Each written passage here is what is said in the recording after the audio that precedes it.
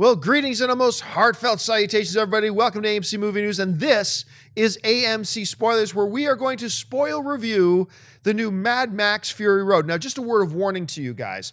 This is a spoilers review, which simply means that we're going to review this movie and talk about this movie as if you watched it with us.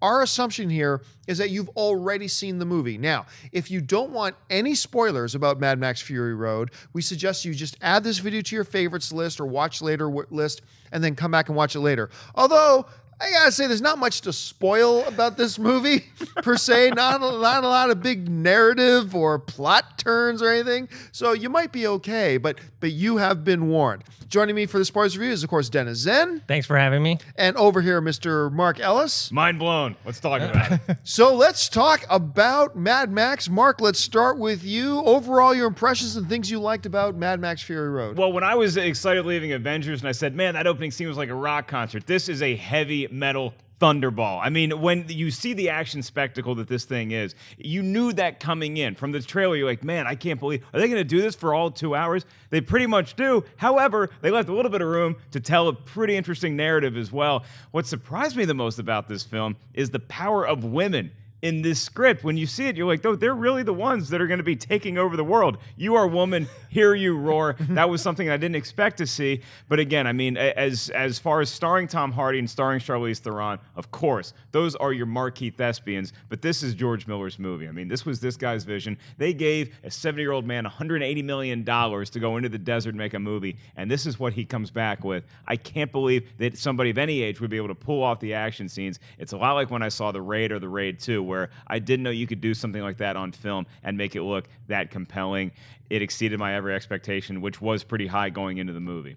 Yeah, this movie is like, sometimes you watch trailers for action films and you think, well, they just probably showed us all the great action in the film. And one of the things I was a little bit worried, even though I wasn't a big fan of the first trailer, but I really liked the second and third trailers, like quite a bit. My one fear though was, man, that's all these shots are probably just coming from the one same action sequence. It's like 5 minutes long and blah, blah. No, it's just that the whole movie is this. I mean, what you see in the trailer, that's the movie. That's like the entirety of the movie. And how much did they spend on? $170 million? $180 million. I'm actually honestly surprised it would cost that much, considering he just used the desert and what you see there. I'm surprised it actually cost. I thought maybe he could have found a way to do it for cheaper. But be that as it may, whatever he did, this thing looks amazing. It's like, seriously, from an action point of view, it is heart pounding.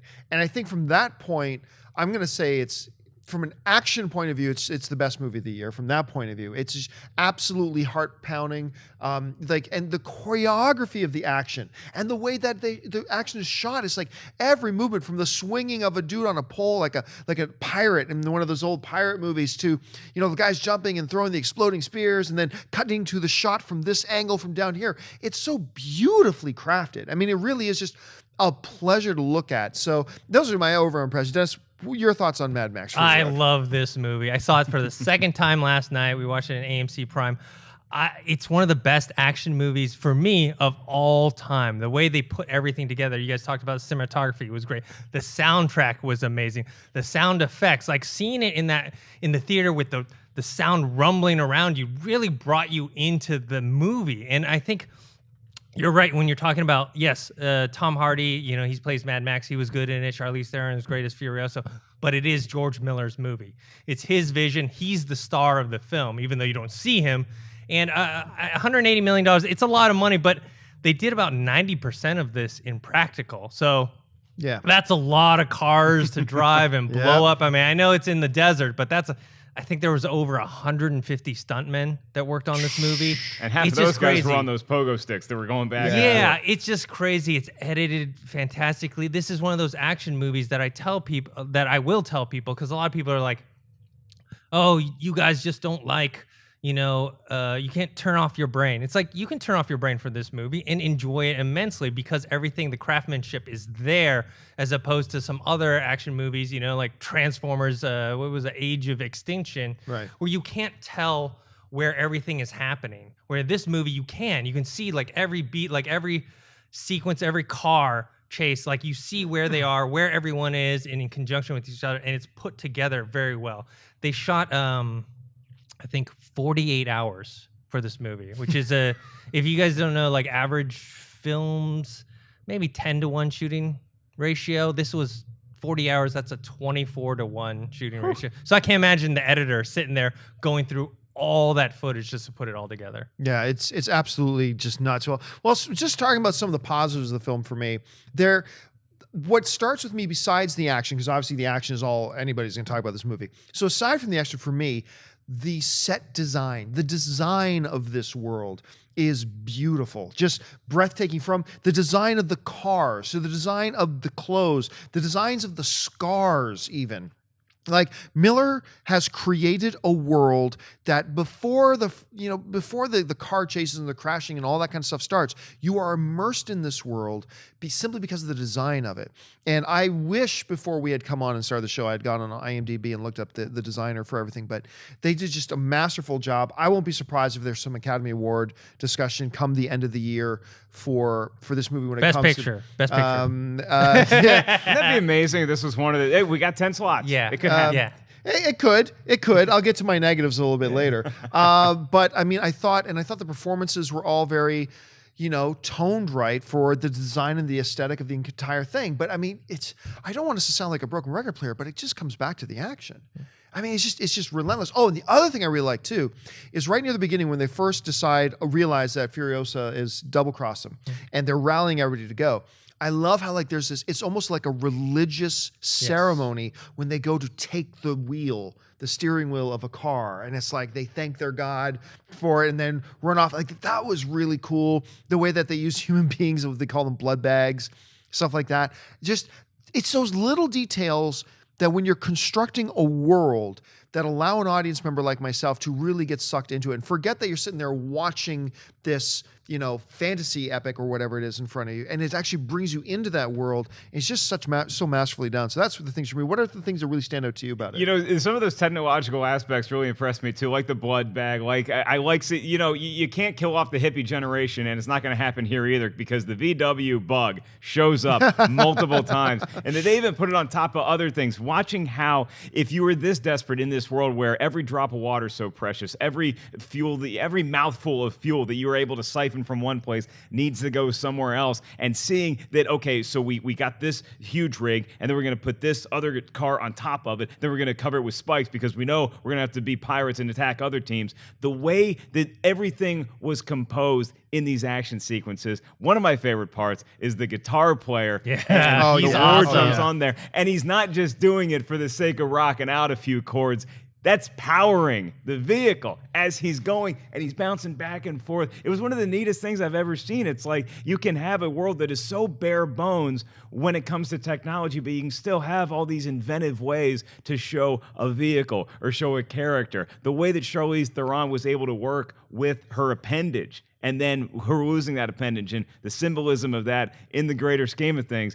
I think that what I most came away with watching this film, though, is that the interaction between Tom Hardy and Charlize Theron, while it was so neat to see every character's motivation in here, including Nicholas Hoult, including the Beetlejuice's dad, the bad guy, I forgot his name. Beetlejuice's dad. Everyone else who was in here, you just get their motivation so clearly without them having to utter a word. You understand. You get inside the head of all of them so easily. And like Dennis said, the action scenes, you can tell what's happening the entire time. It's so chaotic, but it's so anti-Transformers, where every camera angle, every way that we're shooting this, I felt like I was there. And even though the action's going so fast and so furious, I can see what's happening as it's going on. Yeah, like if Paul Greengrass had shot this, who of course directed the Bourne movies, a lot of these action sequences, our point of view would have been, what do you call those GoPro cams on the window shelf? It would have been this whole time, but he figured out a way to shoot this thing. Him and the cinematographer figured out a way to shoot this thing where, yes, you got and understood the whole frantic nature of what was going on,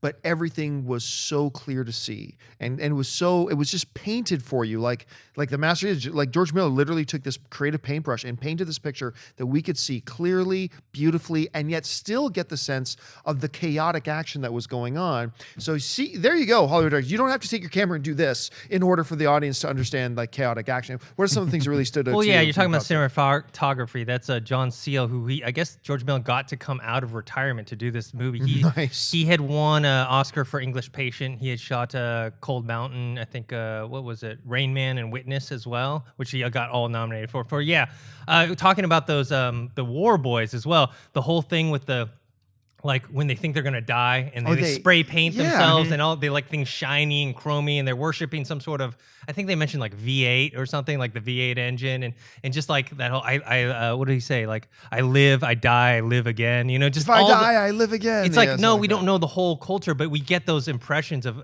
there's something a lot bigger going on. And yeah, and I just love how it's just nonstop. Like even when they have to fix the war rig, that they don't stop the car. They come down and they fix it while the car's moving. So that just throughout, I was just giddy the whole time. And being in this, at least the screening I was in, and I've heard this from a lot of people on Twitter too, is that every action scene, it's so long and bombastic, and then when it ends, just the crowd, you can just feel everybody like, oh man, okay, let me catch my breath here. But when the action scenes stop, there's still a story to tell. And I was going into this not needing that. I just wanted to see an action spectacle, and I got so much more because I actually got into what these characters were going for. And like that nighttime shot that you saw, that was so bright and neat looking, the way that it was lit and the way that they painted these pictures with the colors that they used. I actually got into the emotion of the story too, and I wasn't expecting that. Well, this would be a good segue then into the negatives, and I got a feeling I might be the only guy talking here. I got to tell you, I really enjoyed Mad Max Fury Road, but I didn't love it. And the reason I didn't love it is because aside from being visually one of the most beautiful movies we've seen in a long time, from its construction and the choreography of it and the style of it, the design of it, all that kind of stuff, it's an impressive thing to see on the big screen. Actually, it might have been you that was saying, I can't remember who said it during lunch, but one of us said that I can't watch this movie on a TV later. Oh, it was Jonathan. Well, it was Jonathan that said that I can't watch this movie on a TV later. This is a movie you've got to see on the big screen. That aside, you mentioned narrative a couple times. I got to disagree with you. I thought that was the glaring weakness of this movie, was that there really was no story. Now, an argument can be made that, John, how much of a story did you really need? And the answer to that is probably not a lot. But that doesn't, it kind of... to me, to elevate it to that level of, oh my God, this movie is the best movie of the year, you got to have it. And this movie is really basically built around the whole fundamentals of this world that he created, the pain and this crazy action, and it makes for a great movie-going experience. But there's a little part of me that felt a little unsatisfied leaving, because it's like, I didn't count, but I don't think I'd be far off to say that I don't know that Tom Hardy had more than 15 lines in the movie. Like, honestly, I really don't. Just do that a lot. He did that a lot, and he did it great. He did it as good as any other actor in the world could have done it. But, then they show up in the desert. It's like, we've come to the All-Mothers. Okay, the what? And why is this significant at all? What mean is this? And then they do one of the things I hate most in movies is like, now we don't know how else to explain what's going on, so we're going to stop everything and we're going to explain. Like, Charlize Theron may as well have turned to the camera, gone, okay, I was kidnapped as a child. And then I was brought here, like, they go totally just lay it out. They have to take a minute and just lay everything out. But there was no purpose to it. There was no meaning to it. Ultimately, that whole setup of who the All-Mothers were was completely inconsequential to anything else that was going on in the film. Then they get to the end. And it's like, okay, I got an idea. We're just going to pull up in the car and show them that this guy's dead. Really? That's the plan. That's the plan. Like, why won't all the other war boys there then just descend on you and tear you apart? I'm not really sure. And I just found that there were too many things in the movie that felt to me, and that this was a little too convenient. That didn't quite work. And this story didn't make a lot of sense. But at the end of it, the argument that people would make to me that, John, how much of a story does it really need, is a completely valid point, because the painting of what this action is and this whole thing more than makes up for it in spades. So that's why I walked out of the theater really, really happy. But I don't think Mad Max Fury Road is going to end up in my top 5 of the year. Well, when you bring up the All-Mothers, and when they came on the screen initially, I was like, what is the cast of The View doing here? Why can't I just have another great action scene?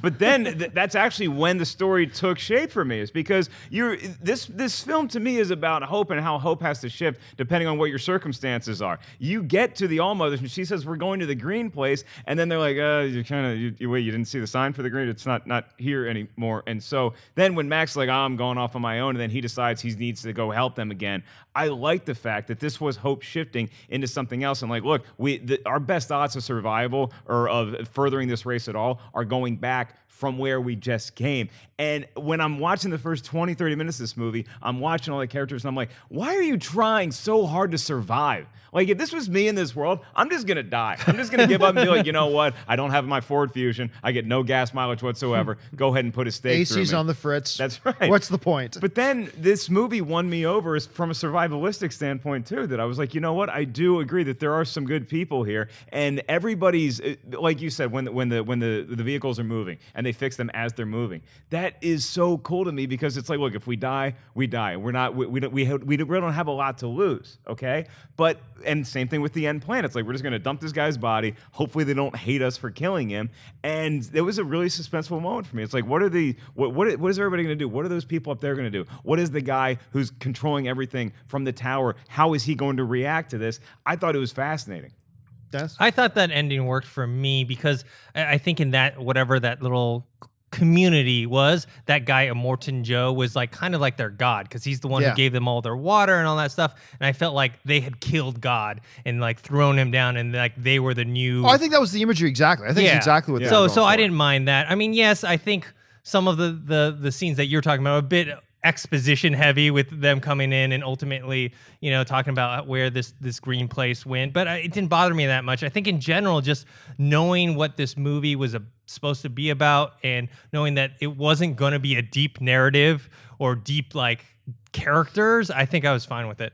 I think you can say it's not deep, but I think you can read as much into this movie as you want to, or you can just take this movie on face value, which is generally what I was doing. But I saw a lot of things, and I'm like, when I revisit this movie, because I'm probably going to see this thing 2 or 3 times in a theater, because by the way, kids, that's the way to see this movie, is in a movie theater. Yeah. I think that there are some other things you can be like, oh, you know what, that was deeper than I initially thought it was. And so for me, the only real issue is, like, again, I think sometimes when they are setting up the storyline, when it gets thicker in the middle, there's a little bit of some pacing issues that I would have, but it's such minutia in the grand scheme of what this spectacle was for me. It's funny that I think you ended up liking the movie a lot more than I did, but I actually didn't find any problems with the pacing. I thought the pacing, especially considering how like chaotic the film was, I thought that actually the pacing was quite good on that level. So let's give this film a score. Dennis, we're going to start with you.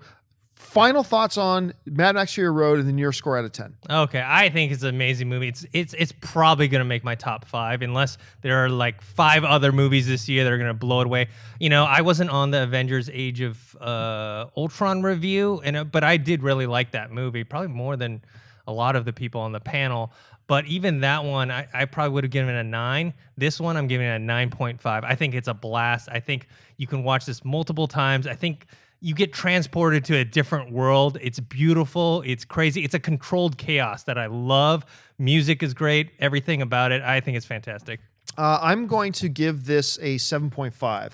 I think it's a really good film. This is a movie you got to see on the big screen. And just for the experience of it, I'm going to go to see this 2 or 3 more times. I did have issues with the storytelling or lack thereof. I think the way, like what Mark is suggesting, if you go in and you want to imagine your own story in it, it certainly leaves the curtains open there that you can do that and see more depth into it. So that's a positive thing there too. I would have liked to see just a little bit more because I think it would have accented this best action we've seen in years on screen that we got. So overall, I like the film very much. Going to see it multiple times. 7.5 for me. Mark? I'm going 9.5 as well. There's so many aspects of this film that are just 10 out of 10, that the action and all that stuff. But there's just I'm a feel player, and so when I see a 10 out of a 10, I just know it, and it's maybe it's rare for me to say that, but this movie left nothing to be desired. I'm just not quite going perfect. So 9.5. It's a pretty damn good score. All right, so 9.5, 7.5, 9.5. Folks, this is a movie you got to see, and you got to go see it on the big screen. Head out and see it.